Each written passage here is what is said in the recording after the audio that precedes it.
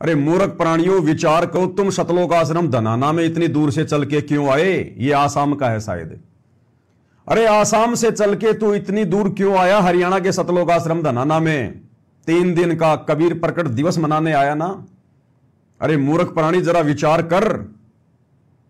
जब सतलोक आश्रम धनाना में कबीर प्रकट दिवस मनाया जा रहा है तो सिरसा में कबीर जयंती मनाने क्यों गया? वो नकली कबीर पंथी ना तो कबीर जी को परमात्मा मानते, ना भगवान मानते, ना उनकी कोई मर्यादा है। अपने राजनीतिक और सामाजिक स्वार्थों के लिए उन्होंने वो प्रोग्राम रखा था कि मुख्यमंत्री जी आएंगे तो समाज के लिए कुछ डिमांड करेंगे, कुछ मांग करेंगे। जब ऑलरेडी तुम्हारे आश्रम में कबीर प्रकट दिवस मनाया जा रहा है, तुम कहते हो कि असली कबीर पंथी हम हैं और धरती पर किसी के पास ज्ञान नहीं, किसी के पास नाम नहीं, समाधान नहीं, तो सिरसा में क्या ऐसी तैसी करवाने गए थे? 500 बसें भर के क्यों गई वहां पर भक्तों की? इसका मतलब तुम लोगों को अभी विश्वास नहीं है कि ये कबीर भगवान है। अगर तुम लोगों को विश्वास होता कि कबीर भगवान है और सतलोक आश्रम धनाना में मनाया जा रहा कबीर प्रकट दिवस ही सत्य है और कहीं नहीं है, तो तुम क्यों धक्का खाने जाते वहां पर? लेकिन भाई और बहनों, इनको वो डाडी मूछ वाले कबीर पर भी विश्वास नहीं है कि वो भी पूरा भगवान होगा, उस पर भी विश्वास नहीं है और पहुंच गए वहां पर धक्के खाने के लिए। यह है इनकी अंधता, इनकी मूर्खता। इनको सतलोक आश्रम धनाना में भगवान नजर नहीं आ रहा, कबीर परमात्मा नजर नहीं आ रहा।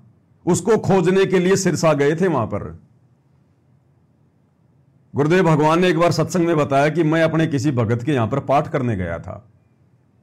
उस भगत का चाचा था हनुमान पुजारी और वो हो गया लेट। हमने भोग भाग लगा लिया, उसके बाद आया हो, तिलक विलक लगा रखे।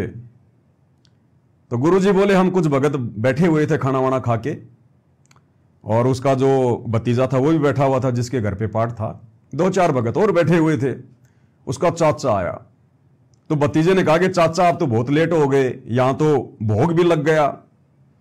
तो उसने कहा कि बेटा आज मैं 5-5 मंदिरों में जाके आया हूं, 5-5 मंदिरों में, दक्षिण मुखी हनुमान जी के मंदिर में, उत्तर मुखी हनुमान जी के मंदिर में, रुद्राक्ष मुखी हनुमान जी के मंदिर में, 5 मंदिर गणा दिए। बोलो बेटा मैं 5 में जाके आया था आज, गुरुजी के सामने ये जाहिर करने के लिए कि मैं बहुत बड़ा भगत हूं।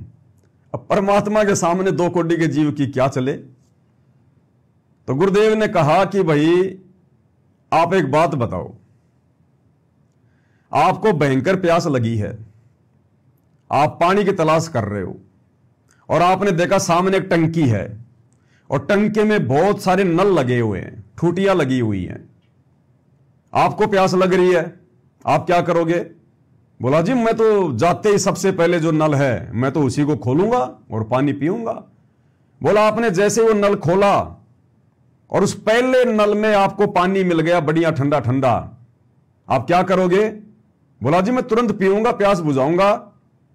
अच्छा आपकी प्यास बुझने के बाद में, पानी पीने के बाद में दूसरे नल को खोलोगे क्या? बोला ना कोई मूर्ख होगा, जब मेरी प्यास बुझ गई तो दूसरा नल मैं क्यों खोलूंगा, मैं तो देखूं भी नहीं उधर। तो गुरुदेव ने कहा कि महापुरुष तू कह रहा कि मैं 5-5 मंदिर में जाके आ गया, तू किस लिए गया था? बोले भगवान के लिए। अगर तुझे पहले मंदिर में हनुमान जी मिल जाते, तुझे पहले मंदिर में भगवान मिल जाते, तेरी आत्मा संतुष्ट हो जाती, तो बाकी के 4 मंदिर में तू जाता क्या? अब उसके आगे वो क्या बोले और वहीं चुप हो गया।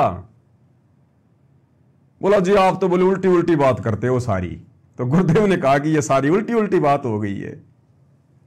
तो इसी प्रकार भाई और बहनों, इन सतलोक आश्रम मैनेजमेंट हरियाणा वालों को, जो कि भगत के नाम पर ये धब्बे हैं, ये कलंक हैं, अगर इन लोगों को सतलोक आश्रम धनाना में जो कबीर प्रकट दिवस मनाया जा रहा है, अगर इनको विश्वास होता कि इस आश्रम में कबीर भगवान का आशीर्वाद है, कबीर भगवान है और हम जिस दाढ़ी मूंछ वाले कबीर की भक्ति कर रहे हैं वो ही कबीर भगवान है और हमारे आश्रम में ही बिल्कुल कबीर जी का वास है, निवास है, तो ये सिरसा में धक्के खाने के लिए क्यों गए? ये लोग सिरसा में कबीर जयंती मनाने क्यों गए? अगर इनको विश्वास होता और यदि इनको सतलोक आश्रम धनाना में भगवान मिल गया होता तो। इसलिए दास बार बार कहता है इन सतलोक आश्रमों में कोई भगवान नहीं है, कोई परमात्मा नहीं है, वहां पर काल बैठा हुआ, काल। क्योंकि वहां जो भी कुछ होता है काल के आदेश से होता है, गुरुजी के ज्ञान आधार से नहीं होता, गुरुजी के आदेश से नहीं होता। तो इनकी स्थिति तो उस भगत के चाचा की तरह है, उस भगत के चाचा की तरह। अब ये धक्के खा के आ गए वहां पर, किसी माई के लाल ने कोई सवाल जवाब नहीं किया।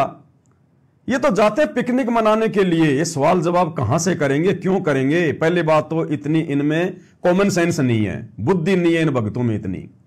और दूसरी बात, जब इनको इस प्रकार से कोई कहता ना कि चलो गुरुजी का आदेश है, बैठो बसों में, वहां जाएंगे, उस रैली में जाएंगे, इनको बड़ा आनंद आता है कि वाह, अरे वाह, पिकनिक मनाएंगे, अरे घूम के आएंगे। इनको भक्ति और भगवान से मतलब नहीं है। इन आश्रमों में केवल ये महीने 2 महीने में टाइम पास के लिए आते हैं, घूमने फिरने के लिए।